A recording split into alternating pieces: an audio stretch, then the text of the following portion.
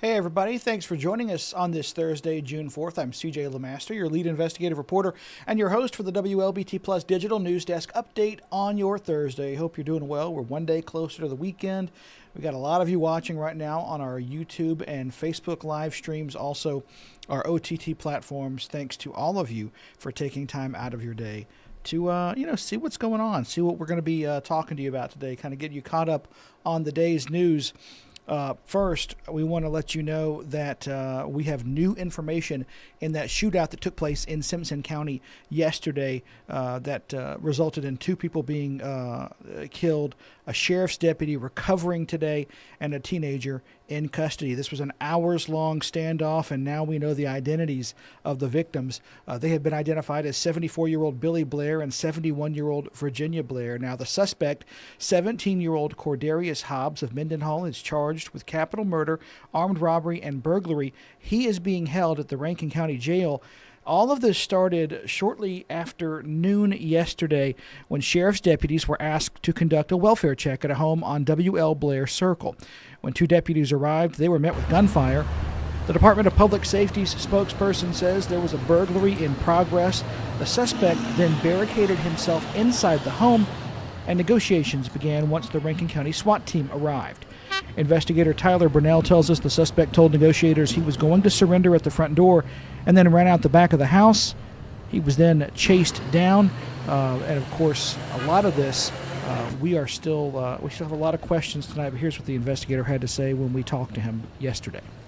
A routine call turning into shots fired before you even make it to the door is always alarming.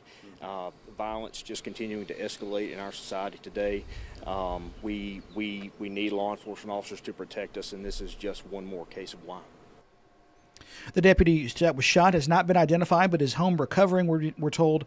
The Mississippi Bureau of Investigation is now leading the investigation into this incident. A major development in the former Hinds County Supervisor David Archie's election challenge. The judge in that case now ordering a new election, saying the Democratic primary results from 2023 must be voided. Now, Archie challenged the outcome shortly after he lost the race to Tony Smith by 1,600 votes. He claims there were unsealed and missing ballot boxes, missing voter registration forms, missing ballot books, and voting machines that couldn't be located either. Judge Barry Ford agreed there was negligence in the process and the results should not have been certified, but stopped short of saying there was any fraud here. Archie's legal team argued the circuit clerk could not account for the ballot boxes after the election, and they say that alone was enough to call the results into question.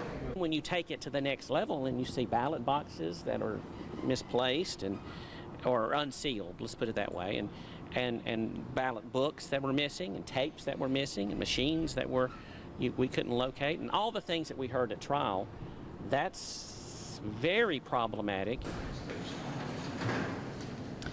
What's next? Well, of course, residents will head back to the polls for a special election to vote for either Archie or Smith in about 6 weeks.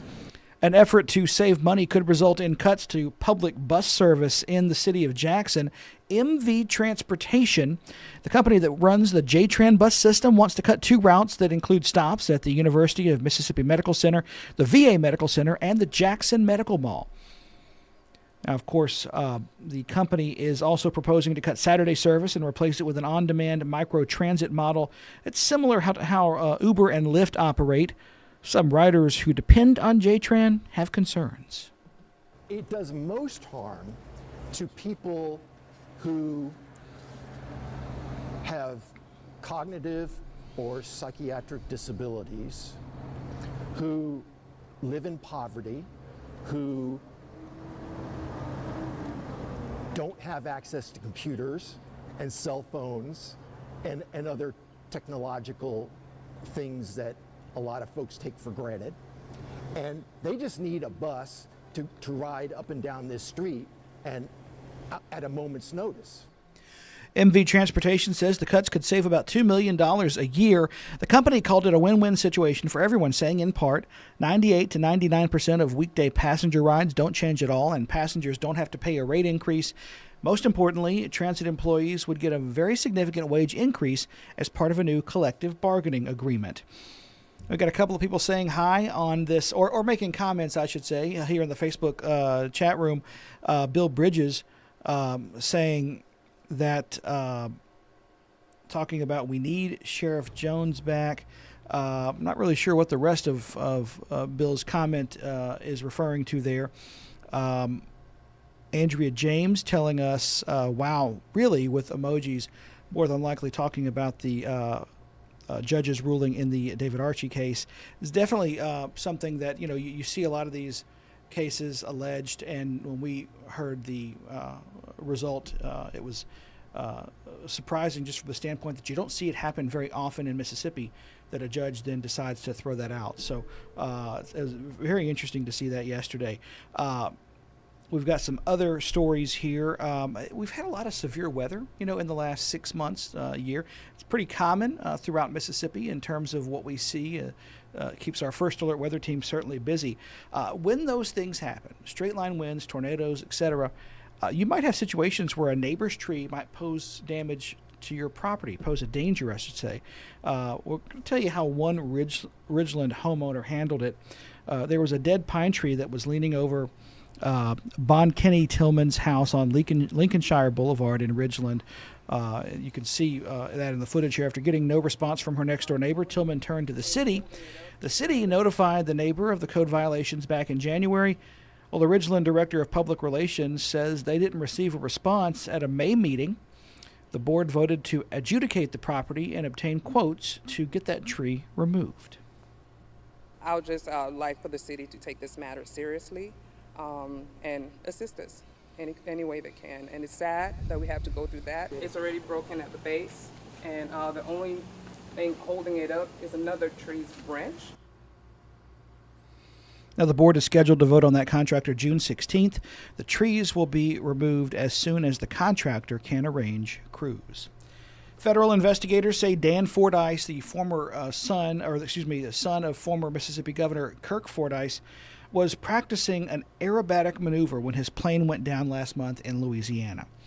Of course, Fordyce was killed in the crash near the Vicksburg-Tallulah Regional Airport.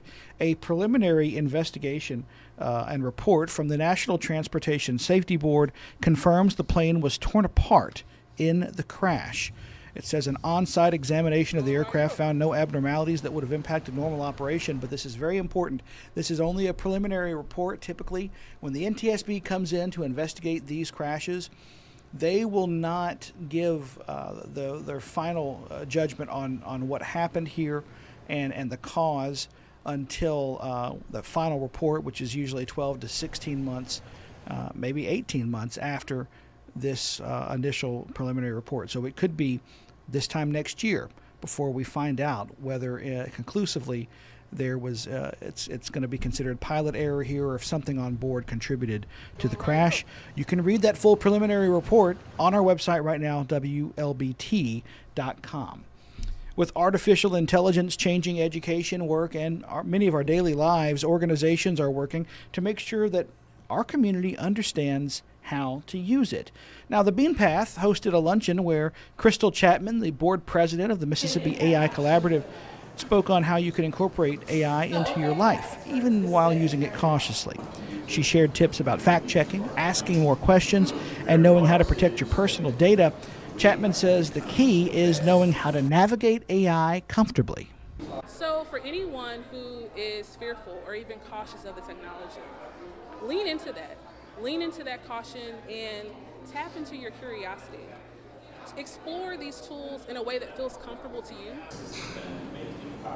Chapman shared the importance of asking questions, checking facts, protecting your personal data, and taking a step back when something seems off. That is all the time we have for this edition of the WLBT Plus Digital News Desk Update for your Thursday, June 4th. First Alert Weather Team will be in here at 2:30 to give you an idea of what this weekend is going to look like, whether we have any rain chances for the rest of this work week. And, of course, our early evening newscasts begin at 4 p.m. on air and online. For everyone here at WLBT, I'm CJ LeMaster, your lead investigative reporter, and your host for this News Desk Update every weekday at 1 p.m., barring breaking news or some days when I've got so much going on with investigative work that we're not able to get in here, but we certainly do our best to get in here and give you the news of the day, and we love to hear from you too. So we encourage comments and stick with us each and every weekday for information you can't get anywhere else. Thank you again for watching. Have a wonderful rest of your Thursday.